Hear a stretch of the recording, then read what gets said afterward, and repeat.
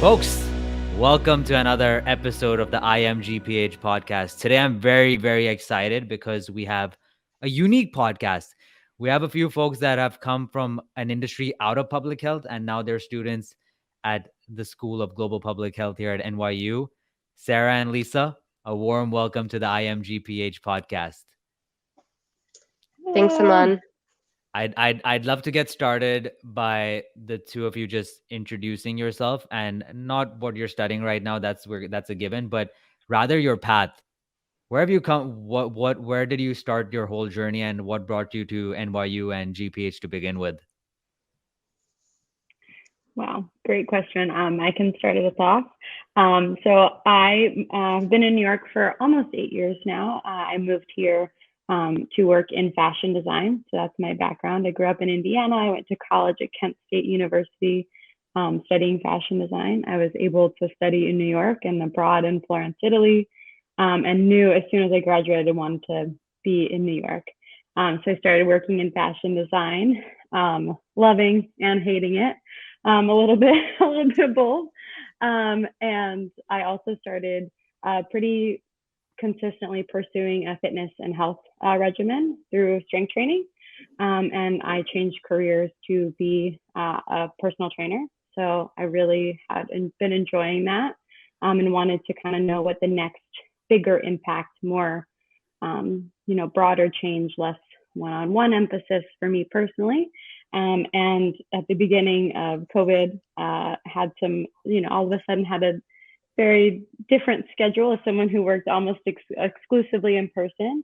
So I was finally able to prioritize applying to GPH, and yeah, it just felt like the right fit from the start. I love Sara. that story, Lisa.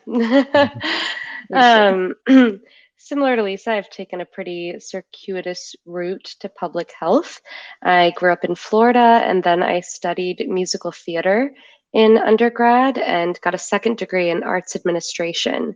So during all of those, I was traveling around doing contract work, bouncing back and forth from studying abroad in London to working in Maine or Montana or Orlando. And then I worked for a few years in Hong Kong at Hong Kong Disneyland. And I was performing there, and that's sort of where I was most settled in my performing career. I had just gotten off of a cruise ship contract. So I was really happy to be like on land and feeling settled. And like Lisa, once I had that space to feel settled and breathe a bit, I started looking ahead to what was next. And I had always thought I wanted to go back to school for my master's in acting or directing and then teach, and realized that it just didn't resonate anymore. Like Lisa, I had also started pursuing fitness and health things on the side. I was a certified yoga teacher and a certified nutritionist, and started looking at perhaps RD programs. And then I found public health, and that really resonated with me because it was bigger than just talking to one person. It was fixing systemic issues that I knew caused this person to absorb these false beliefs that were causing them so much distress about their health. So I found GPH right at the beginning of the pandemic, and I applied, and here we are. Wow. So both of you have come from completely different angles and fallen into this similar path. First off, it's fascinating to hear how multifaceted the two of you are, which is so exciting to see how these interests have come into this one direction. I'd like to dive deeper into that direction. There was this, I'm at GPH. Both of you mentioned that. What was the catalyst that got you to take the path for GPH going down the line back in 2020?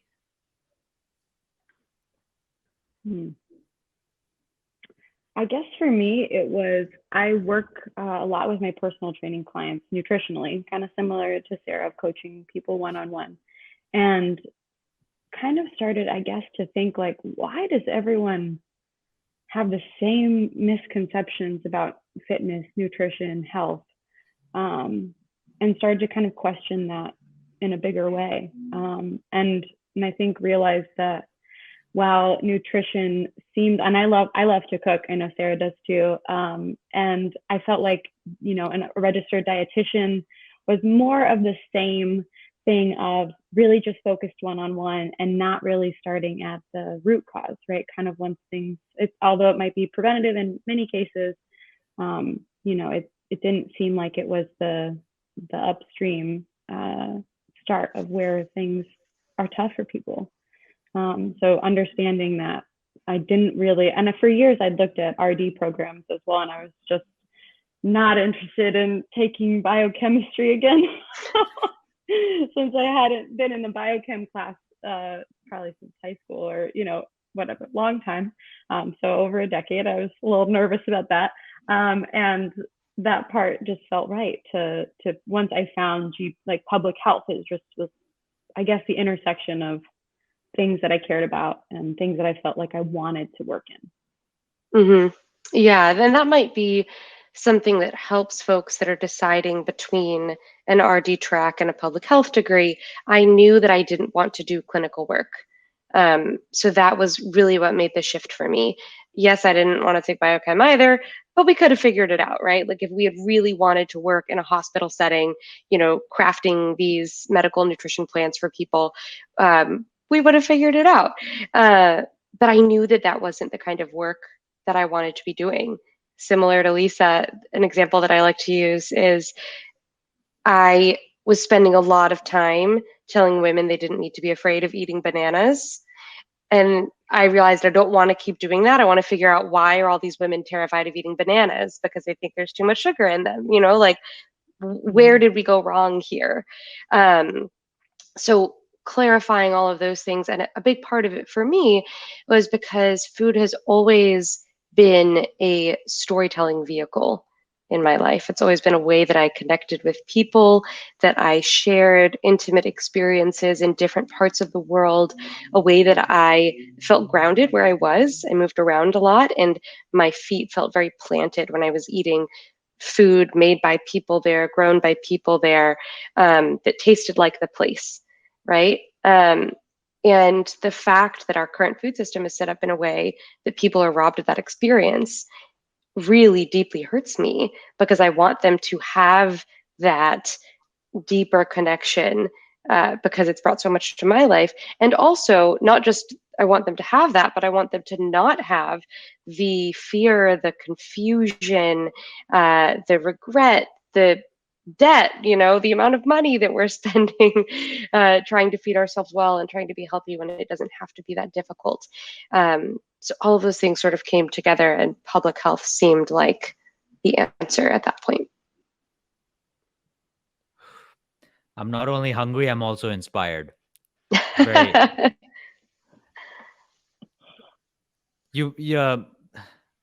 So the two of you have come, as we mentioned, from different directions, and I'm sure there's a lot of listeners that are interested in this area as you two are in your own way.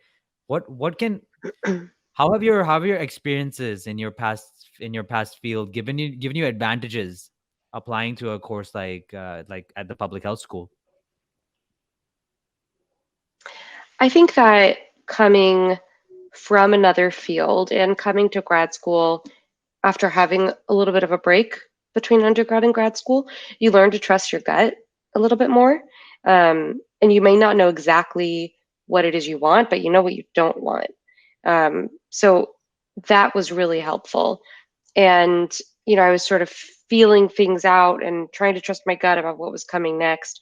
And I actually heard an IM GPH podcast. I swear to you, I heard it. I was looking at all these schools, and I heard an IM GPH podcast with Nyati Parekh and Arlene Cruz, and they were describing the course that they teach, that's all about global determinants of health, social determinants of health internationally, the double or triple burden of malnutrition. And I was like, this is it. This is it. I know that this is right. And because I had diverse work experiences, I knew that I could trust my gut when I felt that lightning strike of, this is work that I'm meant to do. And coming from a theater background actually has been really helpful in a lot of ways. I've always been my own boss. I've always had to keep track of my own audition schedule, be very organized, be very self-starting, and take initiative. I think you have to do those things in graduate school and in public health. But I've also worked on teams. I've worked in large casts, small casts. I've had to take direction from peers, which is something that we need to do a lot as well. And being a theater artist is being a communicator, right? Is being a storyteller, whether you're singing, whether you're dancing, reciting lines, etc. You are communicating with people, and that's so much of what public health is. So the skills have been really applicable in ways that I didn't know that they would be at first. Oh, love hearing that, Sarah. Similarly for me, I had quite a gap between undergrad and graduate work, so I feel like I got to bring a professional side of firsthand experience that I would not have been able to be as great as a contributor just personally to teams, to the work that I was doing in school. And I think a lot of times, you know, in our life, we think that we have to have the whole route planned out, you know, from A to B, from where you start to where you want to go. And I think sometimes you just get like a feeling, kind of like Sarah said, or, you know, you get a glimpse of what things could be or a path that might be for you. And I kind of felt that way learning about GPH and public health just in general.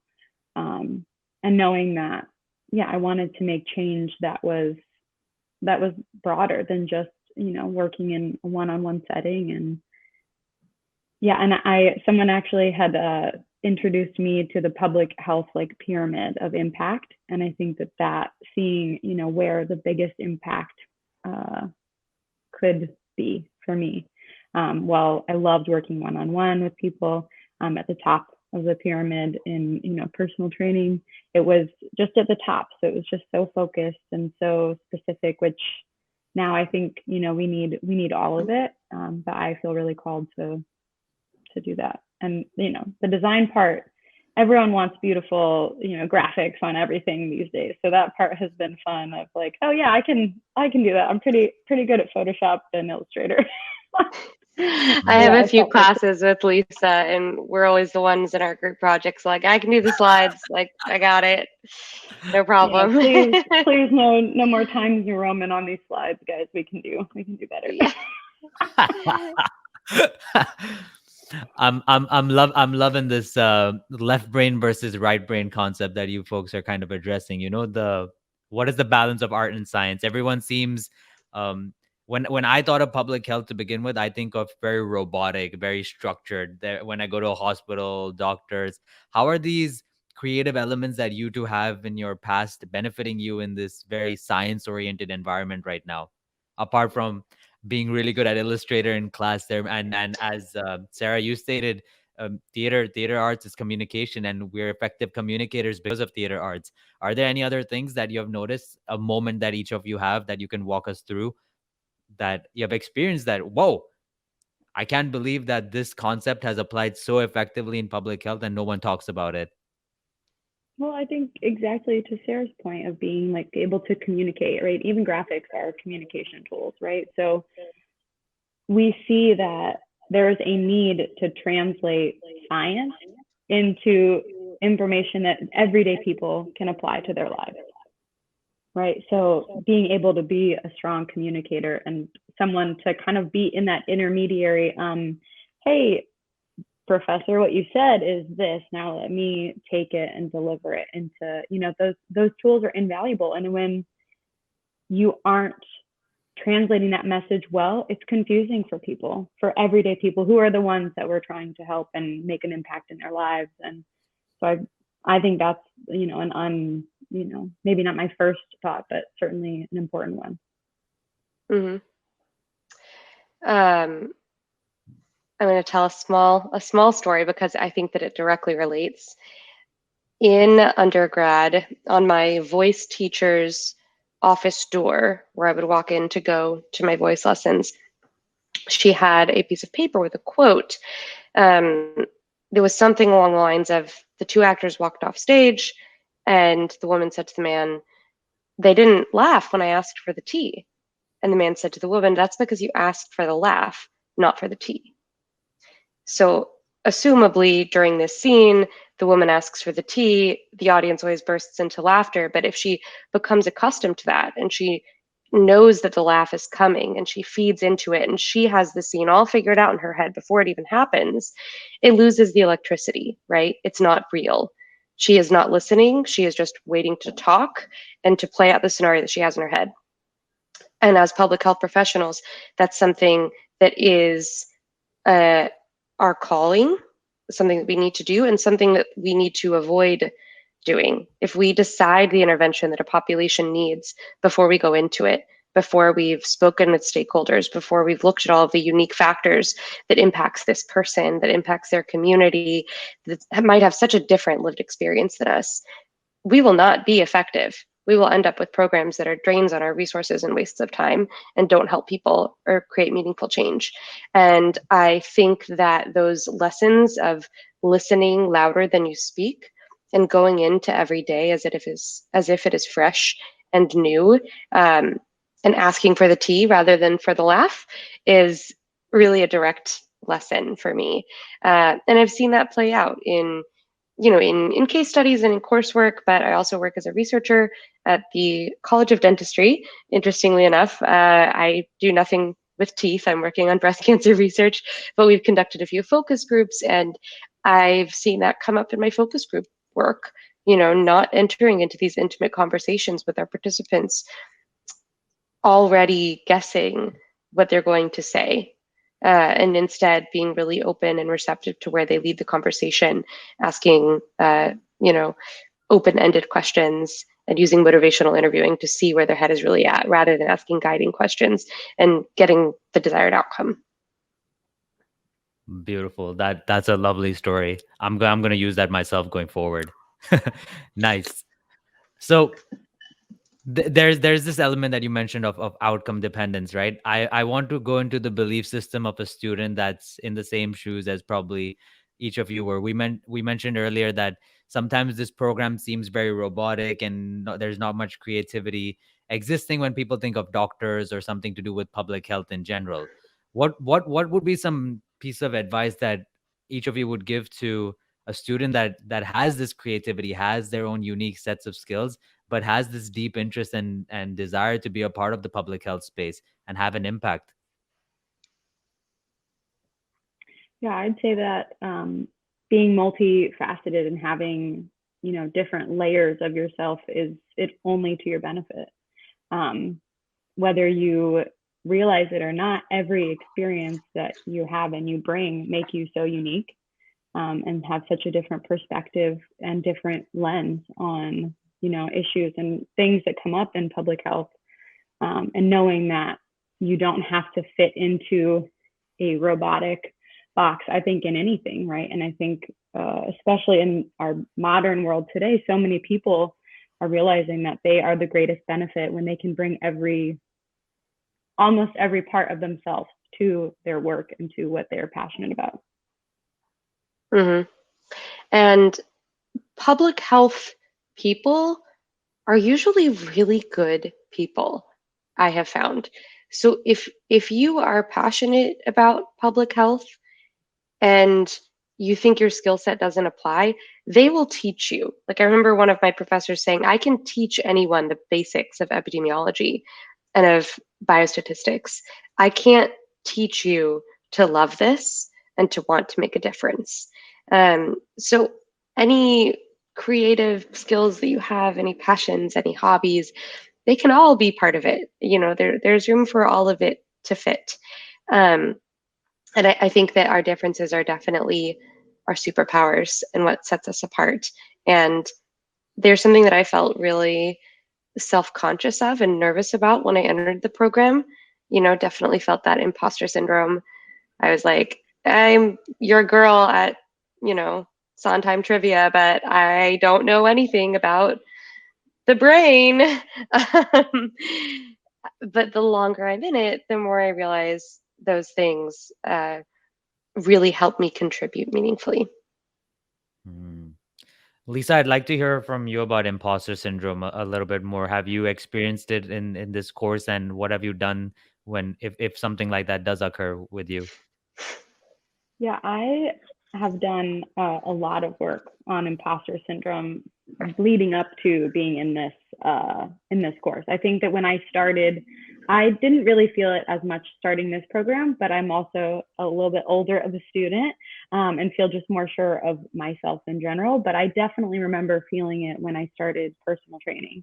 Right, I am like, I hardly remember the muscles. Like, I know this exercise should look like this, but I don't. I know your bicep is here and your tricep is there, but so I definitely felt that more when I started, when I had completely left my previous industry of fashion. So, like, I can tell you anything you want about French seams and flat felt seams and knitting and 2x2 ribs and whatever, tell you all that stuff. But I didn't have a great confidence when I started doing training, and that's when I felt it more. And I think in that time between starting training and starting at GPH, I'd done a lot of work to dismantle that within myself, which mostly just included lots of reading and reflecting, and and building my confidence over time, personally. Love it. For the folks listening, don't shy away from your dreams and desires to be a part of the global public health area, because it's wonderful. There is always something for everyone. So please consider it if you're even thinking about it. Imposter syndrome is totally fine, and this course or courses like this will help you combat that going forward. The last question we usually leave for guests, just for some things to think about, food for thought. The public health space has a lot of amazing things it does. It also has a lot of problems we need to fix.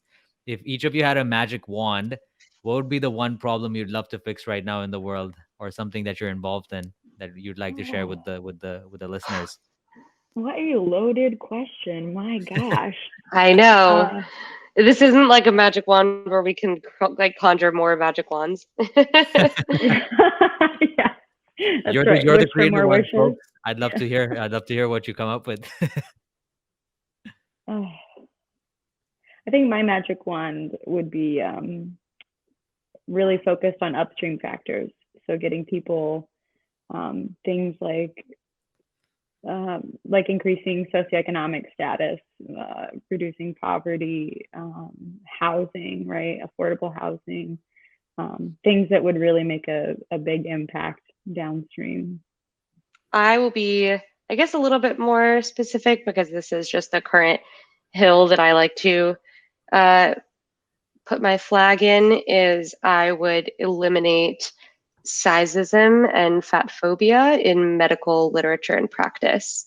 Um, as a society, we have adopted a very Eurocentric and therefore like racist and colonialist view of what healthy bodies look like. And that's really impacted our ability to come up with effective and equitable interventions for people. We've misconstrued thinness and health, and we've applied a lot of morality on the shape and size that people show up in their body. Um, so if I could just wipe all that out and help people focus on health from biomarkers that actually matter, like their blood pressure, blah, blah, blah, blah, with their blood pressure, um, with their glucose, um, their quality of life, the quality of their sleep, quality of their community and their social interactions. Um, that would be the one thing that I wipe out. I think that the language of obesity research is getting dated, and that we can start to be a lot more specific with the kind of research that we're doing and the health problems that we're trying to tackle. Lovely, lovely. Thank you both for sharing that. Thank you both for sharing these answers there. And thank you both for being a part of this interview. It's very insightful, it's very inspiring. I'm sure that someone like Sarah in the future will also listen to a podcast and probably join NYU or find their GPH path, whatever that is for them. So, Lisa and Sarah, it's been truly wonderful to have you two on the podcast, and thank you so much.